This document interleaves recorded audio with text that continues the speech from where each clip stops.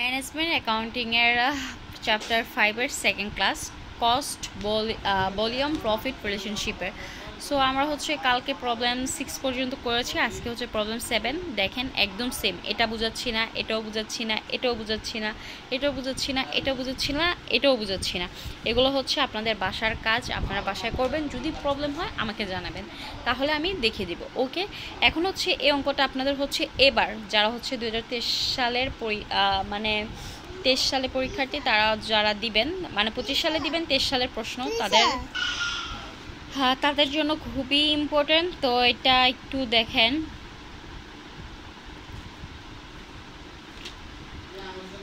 Operation of the company for the last year disclose an MS ratio 20% and CM ratio 50%, fixed cost 40,000, require হচ্ছে break in even sales, amount of profit, the contribution marks।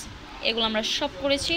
আর আমাদের এই সূত্রে কিন্তু সবগুলো আছে, MS আছে, তারপর হচ্ছে কন্ট্রিবিউশন বিপিবি আছে, এই যে বিএপি আছে, তারপর হচ্ছে কন্ট্রিবিউশন মার্জিন ওইটাও আছে, কি বলবো, সব আছে, সূত্র আছে। জাস্ট আমরা মনে রাখবো, লিখে দিব, আমাদের অঙ্ক শেষ, আর কিছুই না। তো ব্রেক ইভেন সেলসের সূত্রটা হচ্ছে ফিক্সড কস্ট ডিভাইডেড বাই হচ্ছে সিএম রেশিও। তো সিএম রেশিও দেওয়া আছে, ফিক্সড কস্টটা দেওয়া আছে, আমরা একদম সুন্দরভাবে মানটা বসিয়ে দিচ্ছি। আমরা বিইপির মানটা পেয়ে গেছি। তাহলে হচ্ছে অ্যামাউন্ট অফ প্রফিটটা বের করা একদম ইজি। আমরা জানি সেলস ইন্টু সিএম মাইনাস হচ্ছে ফিক্সড কস্ট। তো ওইটাই বের করে ফেললাম একদমই ইজিভাবে, মানে টেনশন ছাড়া। এখন হচ্ছে আমাদের কি সেলসটা দেওয়া ছিল? হ্যাঁ, সেলস কিন্তু দেওয়া ছিল না। তো সেলসটা বের করতে একটু তো হ্যাসেল হবেই। তো আমাদের পিবি কত পেয়েছি আমরা, টাকাটা এত, আর পিবির রেশিও আমাদের দেওয়া আছে, পিবি রেশিও বের করতে হবে। তো পিবি রেশিওটা কীভাবে বের করে বলেন তো? পিবি রেশিওর সাথে হচ্ছে এমএস রেশিওর সম্পর্ক। এমএস রেশিও যেহেতু 20%, তাহলে 100% থেকে আমরা যদি মাইনাস করি 20% হয়ে যাবে কি 80%। এই জিনিসটা মাথায় ভালো করে গেঁথে নেন এবং হচ্ছে ভালো করে বুঝে নেন। এটা কিন্তু নেক্সট ক্লাসে পেলে বুঝাবো, না পেলে তো নাই, আর কিচ্ছু করার নেই। আর সিএম রেশিও হচ্ছে 50%। তো এখানে সিএম রেশিওর কোনো কাজ নেই, এমএস রেশিওর কাজ কেন? এমএস এর সাথে হচ্ছে বিপির সম্পর্ক, তার জন্য। তো এটা থেকে এটা মাইনাস করে আমরা 80% পেয়ে গেলাম। আমাদের হচ্ছে সেলসের মানটা পেয়ে গেলাম 1 লক্ষ টাকা। এই যে সেলসের মানটা যেহেতু পেয়ে গেছি, এখানে বসিয়ে দিলাম, ক্যালকুলেশন একদম ইজিভাবে করে ফেললাম। আমাদের অঙ্ক হচ্ছে প্রফিটটা বের করা শেষ। এখন হচ্ছে দ্য কন্ট্রিবিউশন মার্জিনটা কীভাবে বের করলাম? দ্য কন্ট্রিবিউশন মার্জিন হচ্ছে সেলস পার বেস আর হচ্ছে সিএম রেশিওটা রাখবে। কন্ট্রিবিউশন মার্জিনের সাথে সিএম রেশিও 50% গুণ করে দিলে সেলসের সাথে আমাদের কন্ট্রিবিউশন মার্জিনটা পেয়ে গেলাম। এটাও একদম ইজি। নেক্সট একটা অঙ্ক, এটা আপনারা পারবেন। দেখেন সেলস আছে, পিবি রেশিও আছে, এমএস আছে, ব্রেকে নেবেন বিইপির টাকাটা, variable cost, profit, margin of safety. এই তিনটা তো আমরা অলরেডি করেছি, ভেরিয়েবল কস্টটা করি নাই। তো ভেরিয়েবল কস্টের সূত্র আমরা সহজে জানি, টোটাল সেলস ইন্টু হচ্ছে ভেরিয়েবল কস্ট রেশিও। এই অঙ্কগুলো যখন আপনারা খাতায় বসে প্র্যাকটিস করবেন, খাতায় বসে যখন প্র্যাকটিস করবেন, সূত্রগুলো বারবার করতে করতে আপনাদের মাথায় ঢুকে যাবে। আপনার সূত্র দেখারও কোনো কাজ নেই, আপনি জাস্ট বই নেবেন, প্র্যাকটিস করবেন। এখন হচ্ছে আমরা আরেকটা ক্লাসে চলে আসি। এটা একটু ভালো একটা অঙ্ক, বিগত অনেক সালে এসেছে, আর অঙ্কটা খুবই ভালো দেখতে। দেখেন সেলস আছে, এমএস রেশিও আছে, পিবি রেশিও আছে। এখানে বের করতে বলছে ব্রেক ইভেন সেলস, এমএস, তারপর হচ্ছে amount profit, sales required profit এত টাকা দেওয়া, আর প্রফিট এজ 40,000 টাকা, প্রফিট অন সেলস 1,20,000 টাকা। তো বের করতে হবে কি কি আমরা জানি। ক্যালকুলেশন বিপি হচ্ছে, তো সেলস ইন্টু বিপি রেশিওটা বের করলে হচ্ছে এটা বের হয়ে যাচ্ছে। Calculation margin safety, sales into হচ্ছে এমএস রেশিও বের করলে হয়ে যাচ্ছে।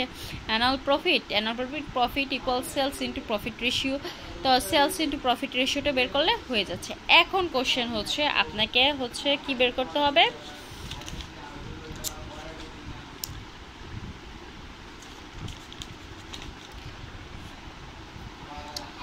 দেখেন এখানে প্রফিট রেশিও বলছে, এটা কিন্তু প্রফিট রেশিও না লিখে আপনারা লিখবেন পিবি রেশিও ইন্টু হচ্ছে এমএস রেশিও। কারণ হচ্ছে প্রফিট রেশিওকে ওরা ক্যালকুলেশন করছে। তো আমি ডাইরেক্টলি এই সূত্রটা লিখে ফেলি না, সেলস ইন্টু হচ্ছে 35% ইন্টু হচ্ছে 45%। আমরা ক্যালকুলেশন করে পেয়ে যাবো হচ্ছে 34,600 50, নো প্রবলেম। এখন হচ্ছে আমাদের একটা হচ্ছে রিকোয়ার্ড ছিল, প্রফিটের টাকাটা দেওয়া ছিল 40,000 টাকা রিকোয়ারে।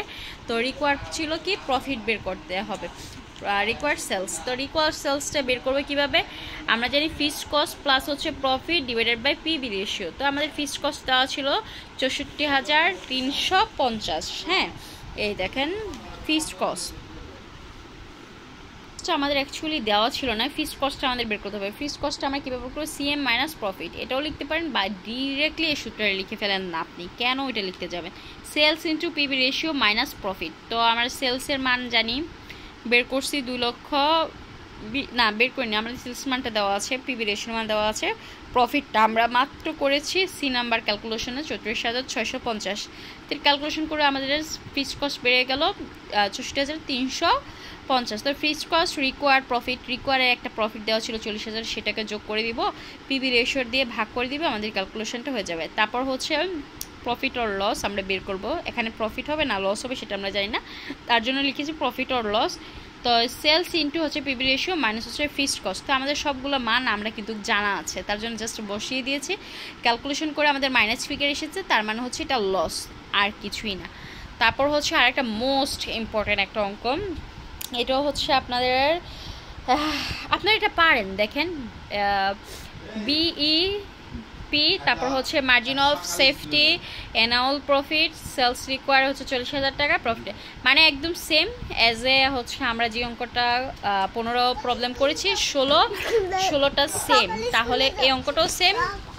কিভাবে রেগুলার ক্লাস দিব? ছেলে মেয়ে থাকলে রেগুলার ক্লাস দেওয়া যায়? দেখছেন, এখানে এসেছি তাও ডিস্টার্ব, আমি টেবিল রেখে বিছানায় এসে আপনাদের ক্লাস নিয়েছি তাও ডিস্টার্ব করতেছে, মানে খুব প্যারায় থাকি, তার জন্য আমি ক্লাস দিতে একদম বোর হয়ে যাই। এখন হচ্ছে আমার মুডটাই চলে গেছে। আচ্ছা যাই হোক, আমি 16 পর্যন্ত কাছে প্রবলেম বুঝিয়ে দিয়েছি, আর নেক্সট ক্লাসে ট্রাই করবো বোঝানোর। আর এই অধ্যায় থেকে মনে হয় না আর ক্লাস নেওয়ার দরকার আছে, কারণ হচ্ছে আপনারা যদি একটু খেয়াল করেন এই অধ্যায় থেকে আপনারা ভালো পারবেন। জাস্ট হচ্ছে সূত্রের খেলা, আর কিছুই না। আর তারপরে যদি ওদের থেকে কারো কোনো প্রবলেমের সমস্যা থাকে জাস্ট সালটা উল্লেখ করে কমেন্ট করে দিবেন, আমি ট্রাই করব ক্লাস দেওয়ার জন্য। সবাই ভালো থাকবেন, আল্লাহ হাফেজ।